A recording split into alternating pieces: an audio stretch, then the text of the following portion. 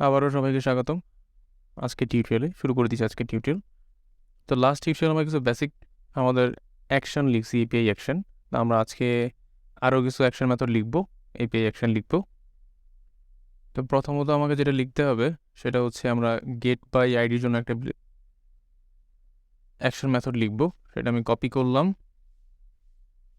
এটাকে আমি পেস্ট করে দিলাম। তো রেসপন্স ক্যাশিং, এটাতে আমি রেসপন্স ক্যাশিং নিব না, বাদ দিলাম। তো এখানে একটা অবজেক্ট রিটার্ন করব, এটা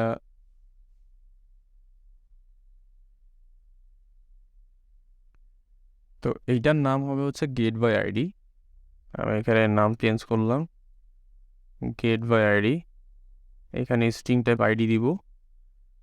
তো গেট অলের পরিবর্তে get by ID method call হবে। দেন এখানে আইডি দিয়ে দিব যে আমাকে একটা অবজেক্ট ক্রিয়েট করে দিবে। সো এটা আসলে প্রোডাক্টস থাকবে না, এটা হয়ে যাবে আসলে প্রোডাক্ট। ওকে, সো যেহেতু ভেরিয়েবলটার নাম চেঞ্জ করতে হবে, fine. So get by ID, এটা দিয়ে আমি একটা গেট মেথড লিখে ফেললাম, যেখানে আমি একটা আইডি দিব। সে আমাকে একটা আমার ওই অবজেক্টটাকে আমাকে ডাটাবেস থেকে ফেচ করে অথবা রিট্রিভ করে আমাকে রিটার্ন করবে। ফাইন।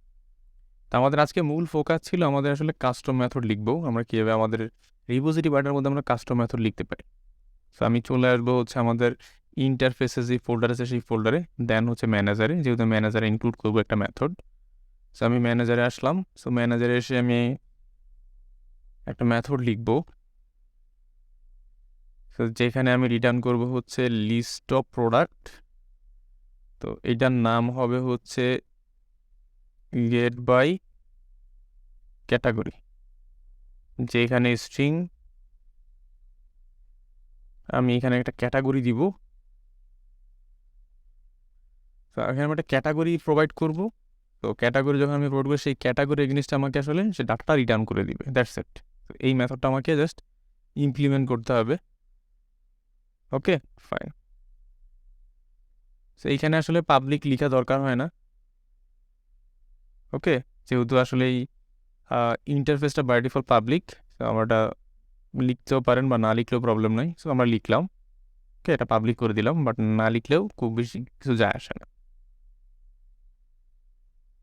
দেন হচ্ছে আমরা এটাকে প্রোডাক্ট ম্যানেজার যেই মেথড আছে, ক্লাস আছে, সেই ক্লাসে চলে আসলাম। তো এইখানে আমাকে একটা এক্সেপশন দিবে, যে ওইখানে যেহেতু একটা সিগনেচার নিয়ে আসছি, মেথড সিগনেচার, এটা এখন ইমপ্লিমেন্ট করতে হবে। সো আমি এখানে বললাম ইমপ্লিমেন্ট ইন্টারফেস।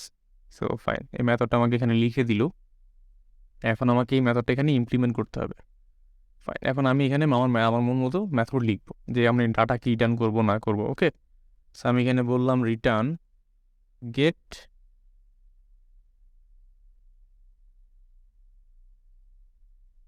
সো আমি এখানে বলবো গেট অল, সরি, তো গেট অল।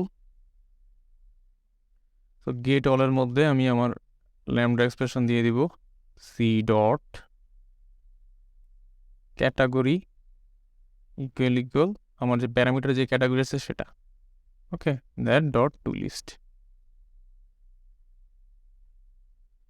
এই মেথডটা আমি এখানে যে প্যারামিটার দিয়ে দিব, সেই প্যারামিটার থ্রুতে আমাকে ডাটা গেট করে আমাকে ডাটা দিবে। আমি এখানে যেহেতু ক্যাটাগরি দিয়ে দিলাম, সেই ক্যাটাগরির সাথে যেগুলো ম্যাচ করবে সেই ডাটাগুলো আমাকে এই মেথডটা রিটার্ন করবে। তো সিম্পলি আমি এই মেথডটা এখন ইউজ করব। ওকে, তো চলে আসি আমাদের ক্যাটাগরি কন্ট্রোলারে। একদম সেমভাবে প্রোডাক্টস বলে যে একটা এপিআই ছিল, সেই এপিআইটা আমরা কপি করলাম, এখানে পেস্ট করে দিলাম। এই মেথডের নাম হবে গেট বাই ক্যাটাগরি। ওকে, আমি এটা গেট বাই ক্যাটাগরি নাম দিলাম। তো এখানে একটা প্যারামিটার থাকবে, সেটা হচ্ছে নাম ক্যাটাগরি। আমি ক্যাটাগরি নিব এর মধ্যে দিয়ে, দেন গেট বাই ক্যাটাগরি, এই মেথডে আমি ক্যাটাগরি পাস করে দিব। ওকে, তো এই মেথড আলটিমেটলি আমাকে ক্যাটাগরির ডাটাগুলো ফিল্টার করে আমাকে দিয়ে দিবে। সো এখানে আমি এটা লিস্ট পাবো, দেন হচ্ছে প্রোডাক্ট লিস্ট আমি এখানে রিটার্ন করে দেবো। সো এইখানে আমি রেসপন্স ক্যাশিং ইউজ করলাম মাল্টিপল টাইম। যদি আমি 10 সেকেন্ডের মধ্যে আবারও কল করি, যাতে আমাকে ডাটাবেসে কল না করে ডাটাগুলো দিয়ে দেয়, ক্যাশে ডাটাটা তোমাকে রিটার্ন করে দেয়। ফাইন, তো এই ছিল আমরা কীভাবে আমাদের কাস্টম মেথড লিখতে পারি সেটা নিয়ে আলোচনা। সো কাস্টম মেথড লিখতে হলে আমি আবারও বলি, কাস্টম মেথড লিখতে হলে আমরা ইন্টারফেসে আসবো। ইন্টারফেসে এসে জাস্ট সিম্পলি আপনি একটা মেথড সিগনেচার লিখবেন, আপনি কী রিটার্ন করবেন, মেথডের নাম কী হবে সেটা আপনি বলে দিবেন। দেন হচ্ছে যদি কোনো প্যারামিটার ডাটা থাকে, প্যারামিটার যদি থাকে অথবা প্যারামিটার লেস হইতে পারে, তো সেই প্যারামিটার আমার যেহেতু আমার এখানে লিখবো গেট বাই ক্যাটাগরি, দেন আমি ক্যাটাগরি দিব, সেই ওই ক্যাটাগরি যতগুলোতে ম্যাচ করবে সেই ডাটাগুলো আমাকে দিবে। মেথড সিগনেচারটা আমি এখানে লিখলাম। সো এই মেথডটা আমি এখানে এসে ইমপ্লিমেন্ট করবো, ইমপ্লিমেন্ট করতেই হবে মাস্ট, আমি ইমপ্লিমেন্ট করলাম। দেন হচ্ছে গেট অল যে মেথড আছে সেই মেথডটা হচ্ছে সব ডাটা দেয়, বাট আমি মাস্টারে আমি ওকে ল্যামডা এক্সপ্রেশন দিয়ে দিই, তখন হচ্ছে ওই ল্যামডা এক্সপ্রেশন অনুযায়ী এক্সিকিউট করে আমার বাকি ডাটাগুলো আমাকে রিটার্ন করবে সে। ওকে, সব ডাটা আমাকে দিবে না। ফাইন, তো আমি এখানে ল্যামডা এক্সপ্রেশনটা দিয়ে দিলাম, জাস্ট সিম্পলি ক্যাটাগরি থ্রুতে আমি ডাটা চাই। তো আমি এখানে ক্যাটাগরি ইকুয়াল আমার প্যারামিটার যে ক্যাটাগরি আসবে সেই ক্যাটাগরি দিয়ে এখানে লিখে দিছি, দ্যাটস ইট। ওকে, আমরা এখানে কন্ট্রোলারে এসো সেম মেথডটা, ওই যে গেট বাই ক্যাটাগরি এই মেথডটা আমরা ইউজ করতে পারছি। সো এই ছিল এই টিউটোরিয়ালে আমরা দেখলাম যে কীভাবে আমরা আসলে আমাদের কাস্টম মেথডগুলো লিখতে পারি। সো আপনার যদি আরও কোনো কাস্টম মেথড আসে, আপনি অবশ্যই সেই কাস্টম মেথডগুলো আপনি আপনার ম্যানেজারের মধ্যে সেগুলো ইনকর্পোরেট করবেন।